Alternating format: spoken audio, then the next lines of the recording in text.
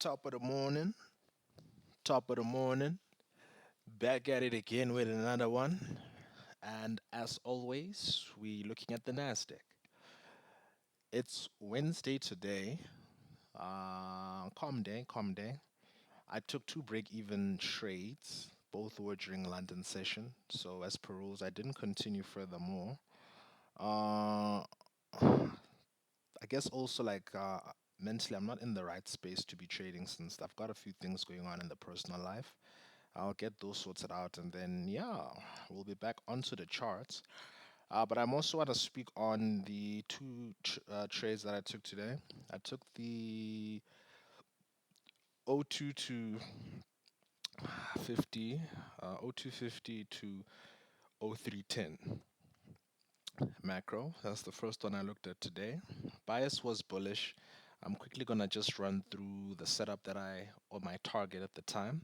I'll switch over to the 15-minute time frame. And when I got to the charts, for me, these relative equal highs, that's what I was looking at. So for me, both the first macro and the second macro trade, that was the target I was looking for. Happy to see that it did get struck. Although on the first trade, it makes sense. I'm not even stressing over that break even. The second trade, looking back in hindsight, I was just a bit too quick to chill the stop. Had I left the stop in my original invalidation point, we would have been good. But that's why we have these reviews, just to see where or what we did and how we can further improve. So since we now have a reference of where that draw was, the relative equal highs there, that's what I was targeting. I'll go back to the 1 minute time frame and I'll just run through the first macro and the second macro. For the first macro, granted also I was at work, I really analyzed from the phone and then entered the position. When I got to my charts for this one here, obviously the macro started and price started doing its thing. For me, on this particular one, I was looking at the 5 minute. So going back to the 5 minute, when I got to my chart for that 5 minute one, I believe it's here if I'm not mistaken. Just bear with me. I just want to confirm. Yeah, it was somewhere here. So on this chart, you can't really see it. This is the futures one, of course. I'm quickly gonna go through to my CDF. I'm gonna open it up on the CDF. I'm a CFD, sorry, CFD. Uh, Going to that 5 minute time frame. Whoa, where is this thing actually? Pardon me. Just getting my bearings in order. Wednesday, today, perfect. So I was looking at the CFD chart, and prior to the macro opening, this is what we're looking at. I still had the relative equal highs in mind when I was looking at that trade. Logged that in there, and then at the time when I got here, this is the structure we had. Price had went down to that 5 minute fair value gap, that one that formed at 220, pushed up to the upside, and then this is where the macro started. Looking to the side, I was like, we're clearly in an expansion phase. We've got a drawn liquidity just above price. Uh, I was then looking like, let me join the continuation. So in my mind, this was the trade. By there, I was planning on the stop being rare. And then, of course, as you know, we look for that 2R risk reward ratio. That is something we would have gotten with this one since that was our draw. Then on the 5 minute, this was my thinking. In this chop, that's where I got taken out. But looking back at it in hindsight, that was a very clean trade for both the first macro and the second macro. My pitfall today was just trailing that stop loss too tightly. Because as you can see here, this opened up, right? I'm just going to remove this for now. Stop loss was initially there, entry was somewhere here, within all of this here. Initial entry was probably there, and then price started doing its thing. But then I keeping in mind that it's FOMC minutes later today and volatility was just making me uncomfortable, I didn't enter from my usual inversion for a value gap. I was on the defense, so I trailed my stop to break even as soon as it pushed up. But clearly, it came back, knocked me out, continued chopping up, but then it started moving again.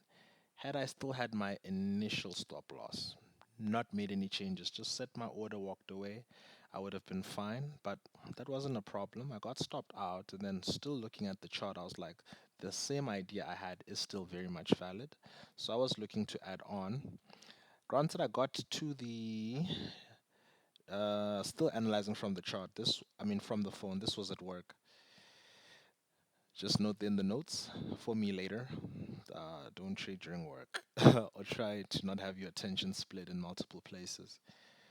So, obviously, when you look at this one, we had that liquidity sweep. The second macro in that initial, the London one, the London silver bullet close macro was quite nice. We had the liquidity sweep there, pushed up state of change in the state of delivery.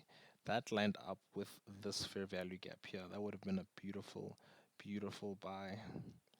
Looking at this one in isolation, assuming I bought there, had my stop beneath there, nice and tight 15, we would have easily gotten the 1 is to 2. Easily got that 1 is to 2. Just out of curiosity, based off of that stop loss, if we held it to the top, easy 6x. So just good to note there. On this one, I didn't get involved in this move here. I got to it a bit late, like I've mentioned. The impulse had already did its thing, and I noticed that fair value gap here, still with the context of the M5, the expansion we were in, and based off of that previous structure identified, since we were still moving towards those relative equal highs, I was then like, cool, let me get in on this as we hit that fair value gap. So that triggered me in,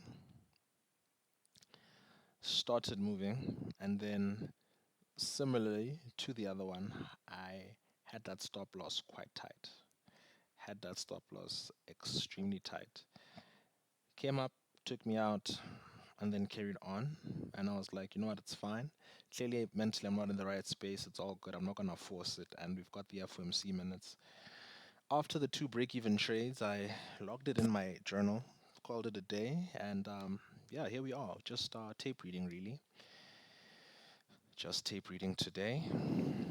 Um, yeah, I don't know what's going on with the CFD chart. It's not updating. It's currently 9:30, but for some odd reason, this is what it's doing. I guess the powers that be are listening, they are watching, they're just trying to keep me out of trouble, and I fully appreciate that. I am going to close out TradingView, go touch some grass, and sort out the few issues I've got in the personal life. We'll be back tomorrow at it again.